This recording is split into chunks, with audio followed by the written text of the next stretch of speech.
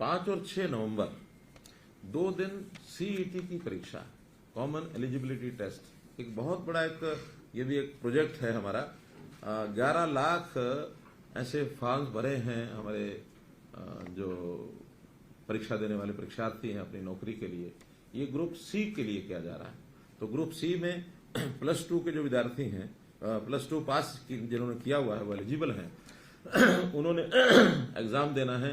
तो 5 और 6 7 5 और 6 2 दिन। इसमें सारे प्रदेश में लगभग 2000 सेंटर हमने उनको ऑफर किए हैं।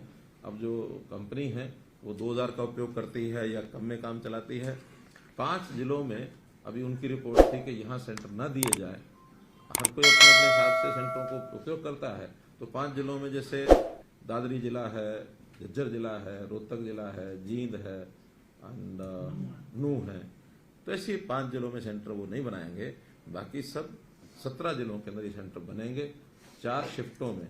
2 शिफ्ट 5 तारीख को, 2 शिफ्ट 6 तारीख को। ये 5 जिले सर कंपनी के कहने पे है या अपनी कोई? हमारा भी पुराने, हमारे जो HPSC और हमारे जो स्टाफ सिलेक्शन कमीशन उनकी भी जो रिपोर्ट्स हैं और हमारा स्कूल एजुकेशन बोर्ड उनकी भी रिपोर्ट्स हैं। इन जिलों में नकल के चांसेस ज्यादा होते हैं। एक ही मात्र कारण है और कोई कारण नहीं है। हमने हालांकि कहा कि उसमें से जो अच्छे सेंटर्स हैं जो नकल नहीं होती है उनको लगाया जा सकता है, लेकिन इस बार तो अभी पूरा जिला छोड़ा है। अगली बार में हम ऐसे कुछ स्कूलों को छांटेंगे जहां इस प्रकार की प्रवृत्ति नकल की नहीं है। अब क्या होता है कि इतने सारे सेंटर्स पर जब ये काम किया जाता तो कई बार पुलिस के नाते से हम पुलिस लगाते जरूर हैं, लेकिन अनटुवर्ड कोई इंसिडेंट हो अच्छा नहीं है।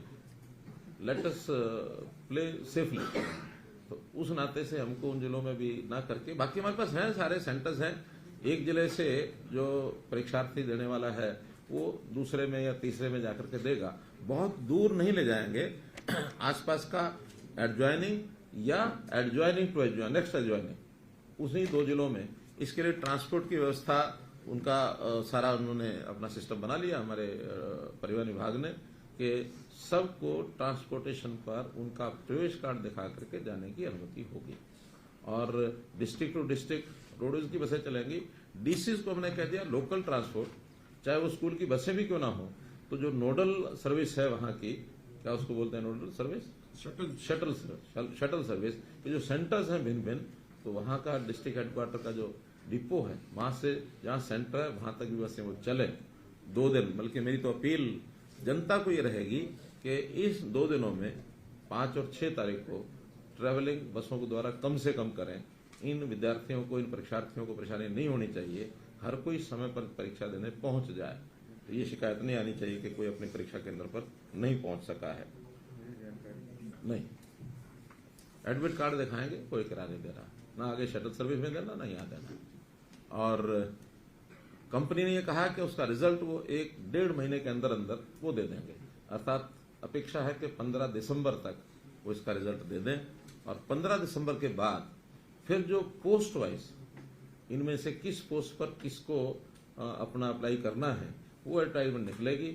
उसके हिसाब से जो पास कैंडिडेट हैं उन पास कैंडिडेट को उनको एक मौका दिया जाएगा।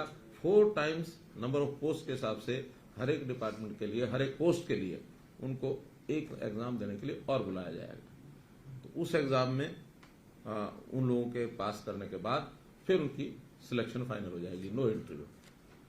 इसके बाद ग्रुप डी का भी ये सारी प्रोसेस होने के बाद लगभग 6 महीने इस प्रोसेस में लग जाएंगे। फिर ग्रुप डी का एक और एग्जाम इसी प्रकार से लिया जाएगा। उसमें कोई दूसरा एग्जाम नहीं होगा, केवल मेरिट के आधार पर जो प्रायोरिटी उन्होंने डिपार्टमेंट की दी हुई होगी उस डिपार्टमेंट की प्रायोरिटी के हिसाब से जो ऊपर के जो मेरिट के टॉप के जो लोग हैं as per number of seats उनको सिलेक्शन कार्ड दे दिया जाएगा। इस प्रकार का ये कार्यक्रम इस मास के लोगों को अगले जो नंबर ऑफ सीट्स होंगी उन सीट्स के हिसाब से उनसे फिर वो एक ऑप्शन ली जाएंगी और उस ऑप्शन में जो आएंगे जितनी सीटें हैं 4 टाइम्स का उसमें एग्जाम लिया जाएगा। ये तो हमारा ग्रुप सी का हो, ग्रुप डी का हम अगले साल लेंगे 6 महीने बाद। हमने ये भी कहा था कि ग्रुप सी का सीईटी भी हर साल होगा। हाँ, हर साल होगा, ये भी हर साल होगा, वो भी हर साल होगा, लेकिन 2 बार होगा।